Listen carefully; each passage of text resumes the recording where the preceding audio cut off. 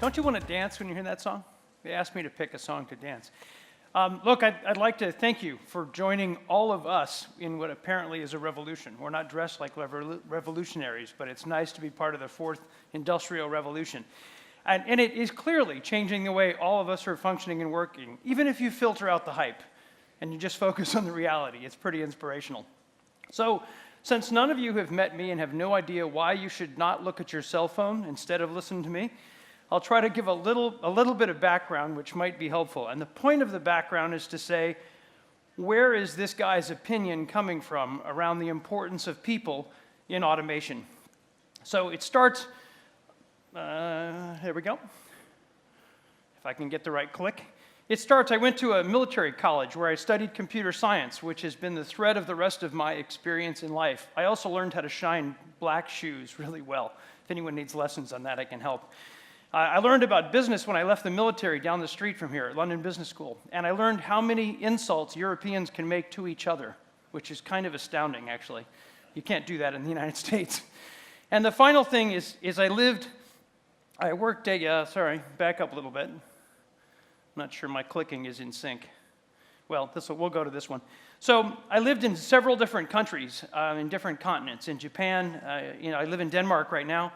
I lived in the UK, and the reason I bring all those up, other than the cool stamps in your passport, is I've made mistakes in every one of those 4 countries that are so embarrassing you'll have to buy me drinks to hear about. But I also learned a lot about the workforce in those individual countries, how leaders lead, how leaders change, how they deal with the human beings in an office. And a lot of it is similar, and some of it is radically different, but it's all been helpful and helps my opinion in this area. And then, there's my city slide, my postcard, I guess. And the next one is I've managed to work for a general, an admiral, first an admiral, then a general, then the shareholders, and now partners. And so the reason I bring that up is I'm a subordinate too, right? I've worked for a lot of different people, some of which have been great, some of which have been appalling. But the way they treated me had a great deal in the impact on the way I live my life. So for the next minute, I'd like you to assume I'm somebody else. Good morning. Thank you for joining the finance meeting this morning. I know you had to come anyway because I'm the CFO and it was mandatory, so oh well, enough of that. Before I go through my 100-page presentation with 10-pitch type on the numbers of our company, I just want to cut to the chase. 50% of you will no longer work here in 2020. Okay, now let's go on to the deck. Before you think that's horrible, that actually happened at a global pharmaceutical company recently. I'm obviously not going to name the company where that happened. And what do you think happens in the audience right now? Well, I call it this. 50% of the people look at the person next to them and say, is it going to be you? Is it going to be me? Right? Now, we don't know what they really think, but we do know what they did. 50% of the people went to LinkedIn that day. Now, do you think it was 50% of the people who went to update their LinkedIn profile who were the best performers or the worst performers? We all know the answer to that, right? In the Navy, we used to say if the ship ever sinks, the best swimmers will jump off first. And that's a very important thing about the impact of all this technology and the people you want to keep in your company. Because the truth is, there are going to be different people in your company in the long run than in the short run.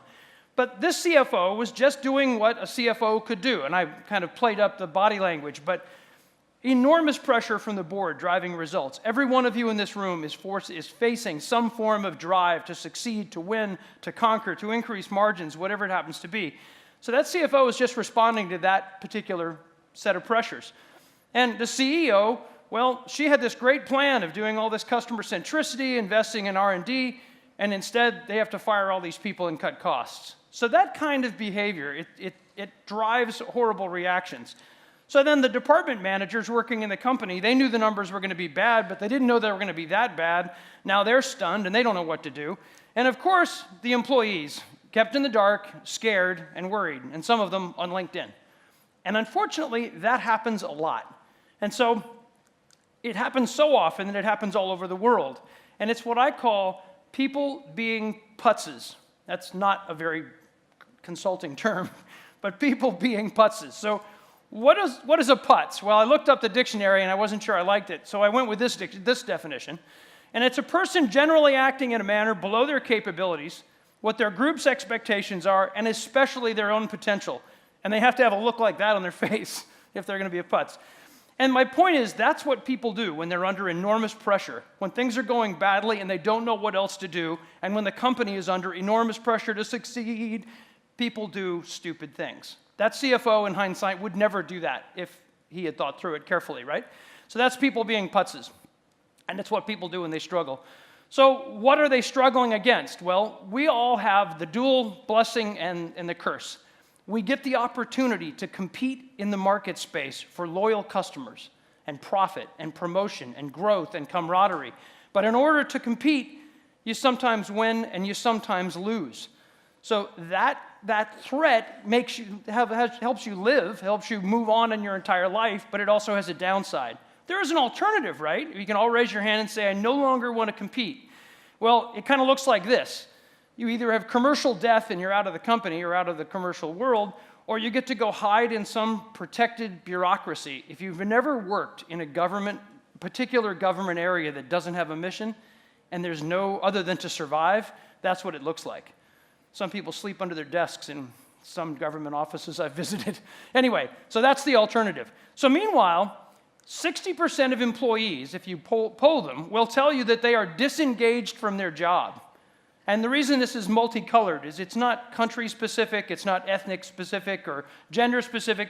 It's 60% of employees. The people you're paying all your money to, or you're an employee, I'm an employee, are disengaged from their job, which means they come to work and work 8 to 10 hours a day and really are not that into it.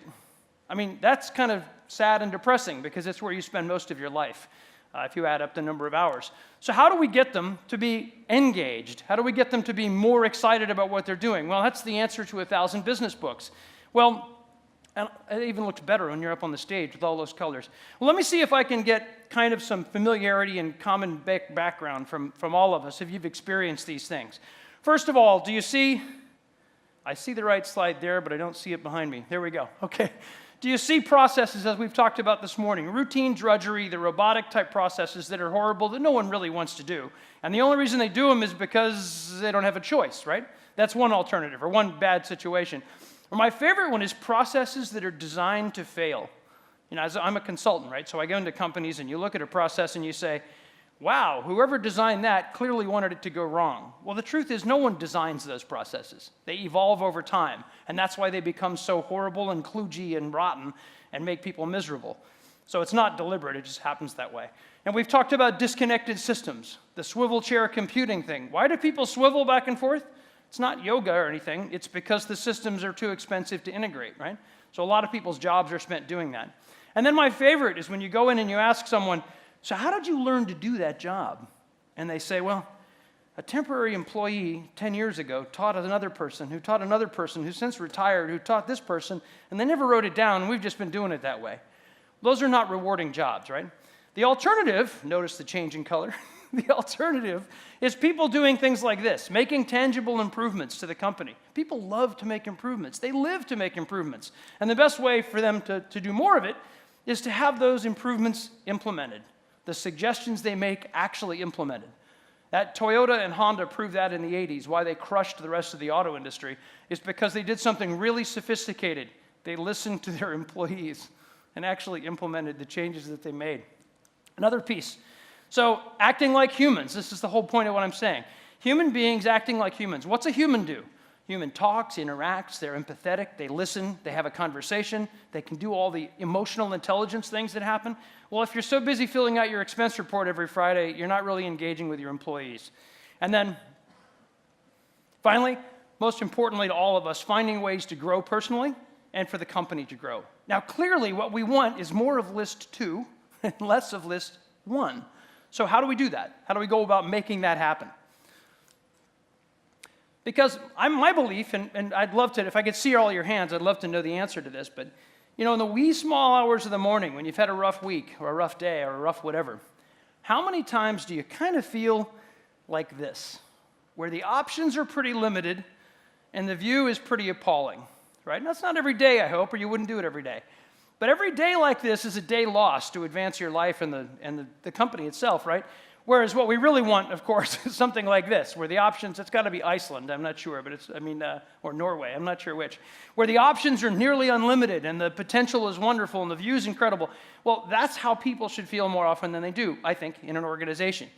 But you got this wonderful wave of news, internet news, cable news, TV news, and what does that news tell you right now?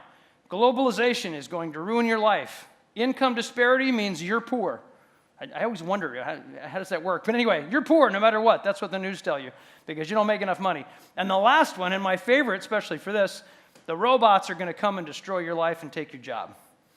Well, in my personal experience, and perhaps yours, that is only the negative side of the news, which is what sells clicks and apparently beer and underarm deodorant and food, or whatever those clicks are buying. The truth is that if we adopt a relatively simple mindset about all of this intelligent automation and these super cool applications and companies and things happening, it's about helping humans be heroes. Because humans are today not very heroic much of the time if they're encumbered by those other pieces. So what do I mean by helping humans be heroes? That's like one of those throwaway things that goes on a coffee cup at the end of the project, right? What do I actually mean by that? Well, so here's a hero we all know. But here's a definition: a person who performs with all their capabilities beyond the expectations and strengths of their own potential, their own expectations and strengths and their own potential. That's heroic. Now, does heroic mean fly through the sky and be invincible? No, it just means better than you were yesterday, which is a great thing, right? Better than you were, not better than the way Barack is today, but better than the way, and I'm just picking Barack because he's sitting right in front of me, better than I was yesterday. And how can I help the people in my organization be better? That's heroic. So I thought maybe a story that some of us would have seen before from long, long ago and far, far away. How do robots help people, right? Here we have 3 aspiring business professionals, probably some business degrees, some accounting degrees, some technology, a little drug running involved in this picture. Anyway, 3 aspiring professionals. They want to be heroic. They're humane. What are they going to do? Well, unfortunately, they keep getting stuck in problems they can't control. Right? If you remember, this is the trash compactor scene where the walls come closing in, right? So imagine you're in your business and things are getting shaky and the results are bad and the walls, Well, what do these people do? You can barely see, can you see the Wookiee in the back? You can barely see his belt. What do? It's a crisis. They don't have an aligned plan. They haven't thought this through carefully in advance, so they just react. It's crisis mode. So the princess, she starts yelling orders. The pirate, he starts shooting, and if you remember, the bullets are flying all over the place. Right? The Wookiee in the background, he just starts howling hopelessly, which doesn't help anything. And of course, the millennial, he goes swimming. If you remember the story. None of that is going to get them to where they need to go, right? And to me, it sort of metaphorically feels like the first meeting after a bad fiscal quarter in your individual company. So what happens is the robot comes in, because Luke calls him, the robot comes in and he saves the day. He does what no human being could have done. He accesses every door and port and all that crazy stuff with the wild little wand, and the doors open, right? And they get out, and they go off the rest of the movie. The John Williams music plays, and they're heroic. That's what happens. Well, that's an example of how robots can really take horrible, I know this isn't real, but can take the horrible stuff out of your life and make your life better. So saying helping humans be heroes is what I would say is the one clear rallying cry around all of this fourth industrial revolution information. And it's a message that can help rally the pirates, the princesses, the Wookiees, and most importantly, the millennials. So think about that, helping humans be heroes. All right, so what's your trash compactor look like? Well, your trash compactor looks something like this. Miserable people who have bad processes and all that stuff I mentioned before, who are unable to do what a great human being can do. This is what they're struggling with. Right? Now, the beautiful news of all of this is the intelligent automation spectrum, which I'll cover in a moment, helps almost all of these problems go away. And that's pretty inspiring, to be able to be a hero through adoption of these tools and techniques. So who are some real heroes? Well, here are some heroes, right? You know each one of those. Now, when I look at that chart, I think, yeah, but I'm not one of those people, right? I'm not trying to go to the moon. By the way, this is a classmate of mine from college. Only astronaut in my whole class from the Naval Academy happens to be the woman on the page. Anyway, they're heroic people. They're doing things that inspire us all. But tomorrow, how can you be heroic in your individual office? And what does it actually look like? Well, I would argue that being heroic in today's business environment and in today's company and your life, if you could boil it down to 3 words that you really should do, there are lots of other things, but 3 words you should do. It's time, tools, and tenderness. All T's. Time, I'm a consultant, right? They all have to rhyme. Time, tools, and tenderness. Okay, what do I mean by time, tools, and how are you going to remember that? Well, no, it's close. It's close. It's not quite time, love, and tenderness, but it is time, tools, and tenderness. So what does time, tools, and tenderness look like? Well, time is quite possibly the hardest thing on this whole list. It means, and there's just a stock picture, but it means a manager who actually sits down and collaborates and communicates effectively with the people they work with. I'm not going to ask you to put your hands up, but does your boss do that with you? I know the answer. I know that 80% of you, if you really answered that question effectively, are dying for more collaboration and intimacy, and I mean intimacy in the nicest possible way, with your supervisor and your boss. You want to know what he or she thinks. They want to know what you... Why doesn't it happen? Why don't you have that? So my question is, what do you collaborate about? And that's the next piece. What you collaborate about is the why. Why is your company doing what it's doing? What is the purpose of your company? If I put Barack on the spot right now and ask him to come up here, I already know because I've heard it. His why is very clear. So what is your why? Well, I can give you a suggestion. And Simon Sinek's videos and books are fantastic. If you haven't seen his books online or his YouTube videos, they're fantastic. And it's all about how why drives loyalty, success, customer engagement, etc., right? So let me give you a possibility of what your why could be. And your why should be whatever is unique to your company and you. How about your company is an engine for growth? That's the whole reason your company exists, is to succeed, right? Okay, that's important. But if the company succeeds, the people in the company should succeed. So that's another very inspiring thing. And people should do inspiring, meaningful work. That's what gets them engaged. So that's important. So some people in your company are going to thrive in your company, and some are going to leave. And that's okay, because they can thrive somewhere else. And that's why we at ABC Co., or Deloitte in my case, that's why we are investing in intelligent automation solutions to make our company, our colleagues, and us succeed. So that's a why. You need your own why, but there's a why. So I want to show you this picture, one, because I think I was very fashionable at that. What do you think of those 80s glasses on my face? This particular moment, and I wish everyone at my age a moment like this in their lives. I was, 31 or 2 when this picture was taken. I had worked like a maniac for about 18 months on a project, and Jack Welch, the chairman of GE, the most successful company at its time, the largest market cap company in the world at the time this picture was taken, stood next to me for 15 minutes and asked me all kinds of questions about my project. Now, I'm in a company with 300,000 people. My project is, the gnat's rear end in this company. And he stands there for 15 minutes and asks me all these questions. This, by the way, is my whole chain of command in this picture. All the people I worked with are in this picture all at one time. I would have crawled, and practically did, through broken glass on my hands and knees for this guy after this. I mean, that kind of loyalty is very, very hard to get. And I'm assuming he did it with thousands of other people, which maybe is why they were so loyal. So I remember those days. I don't remember those glasses that well, but I remember those days. Okay, so what's the point of intelligent automation with all of that? What are you now doing with the how? So we've talked about the why. We've talked about leadership. So what is the how? Intelligent automation is a basket of tools. There's different definitions of it, but a basket of tools that will allow your company to control its own destiny. It will allow you in your department to control your own destiny. Well, what does control your own destiny mean? Well, here's some examples. Do you want to own the processes in your company, or do you want to outsource them? Do you want to have an intimate customer relationship like Barack talked about, where you really know what's going on? Or do you want to just outsource all that and put it off into nowhere land and be a commodity company? Those are real options. People do that. Do you want to offer fewer products and services? Or do you want to go to mass customization where everybody gets their own pair of jeans that fits just like them?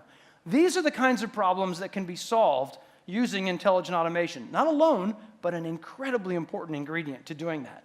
And that's the beauty of all this, is you apply these tools, technologies with people, and you get that success. So quickly, just what am I talking about? What do these tools look like? This, by the way, is a special moment. I'd like you all to mark it in your calendars. Special moment. This is the first time you've heard of a new technology. So RPA is at the bottom. You know what that is, attended and unattended robotic process automation. Chatbots, virtual assistants, which we just saw a fantastic demonstration of a version of a virtual assistant. Artificial intelligence, and this is the secret, SCBALE. Everybody ready to implement?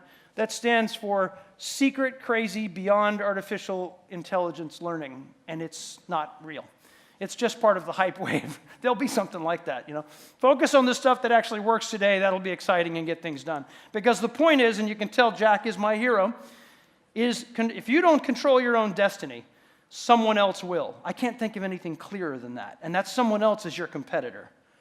That's the person who adopts this stuff earlier. Because there are 3 general kinds of companies right now sitting out there in the room. Well, you're already here, so you've eliminated some of the bad categories. You're here today. There are 3 kinds of companies in the world, and they fall into this category. They're going to watch it happen. Yeah, we'll see. See how that works out. That's a big, lazy bureaucracies that nobody wants to do anything. Yeah, they're going to watch. Then there's the kind that are going to make it happen. I think you came today. The people who are going to make it happen walked in this room, which is fantastic. And then there's my favorite category, 3 or 4 years from now. What happened to me, man? Dude, I wasn't supposed to be like that. So the question is, which of those categories do you want to be in? So now we make a transition. What does it take really to make all of this stuff happen? And this formula is not so unusual to you. It takes people, processes, and technology holistically integrated to make the change. Because the people in your organization are going to be the most impacted, right? And those people are going to also fall just magically into 3 categories. The people who are going to grow, the people who are going to leave the company, and the people who are going to change roles, right? So our job is to manage them. This is where the tenderness comes in. When the people leave, you need to help them leave. The final piece is process. The second piece, sorry. Knowing the process, having it well executed, understanding what goes on in your business, absolutely essential. You can't do any of the rest of the Industrial Revolution and the 4th Industrial Revolution without knowing the processes. And now, finally, the sexy thing, the technology. So you have to have the right technology. This is what I've learned in consulting and in this space for the last several years. There are some amazing technology companies that are brand new that are a little shaky.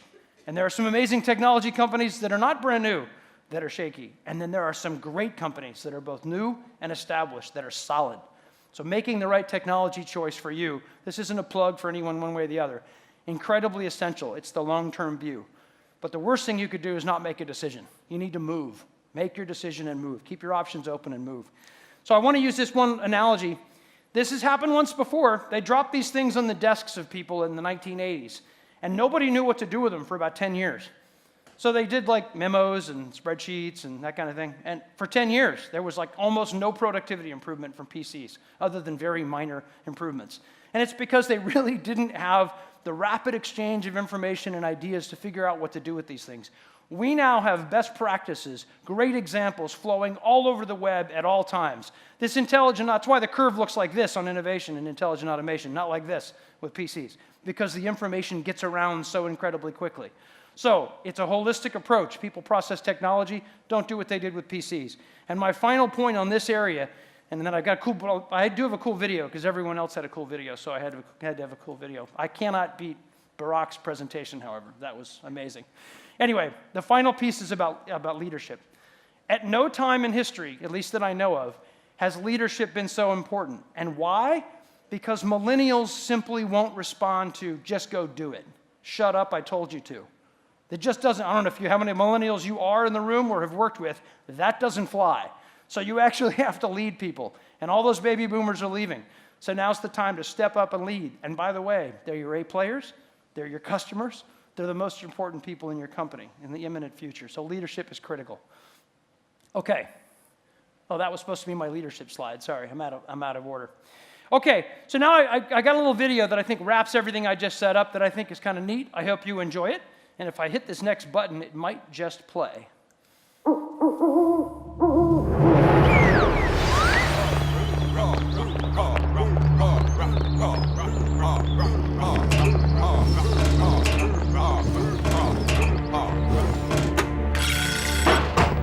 rubber, rubber, rubber, rubber, rubber, rubber, rubber, rubber, rubber, rubber,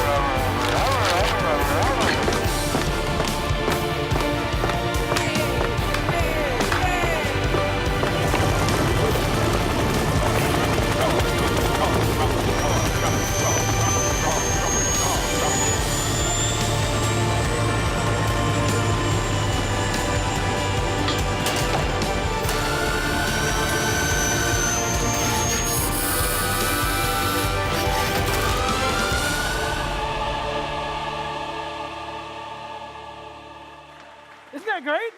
I love that. Disaster movie, disaster. I'm sorry for the shameless plug for Deloitte, but hey, that's where I work. All right, final closing point. Everyone has their own paradigm and their own position from how they grew up and how they saw the world. I grew up in Southern California.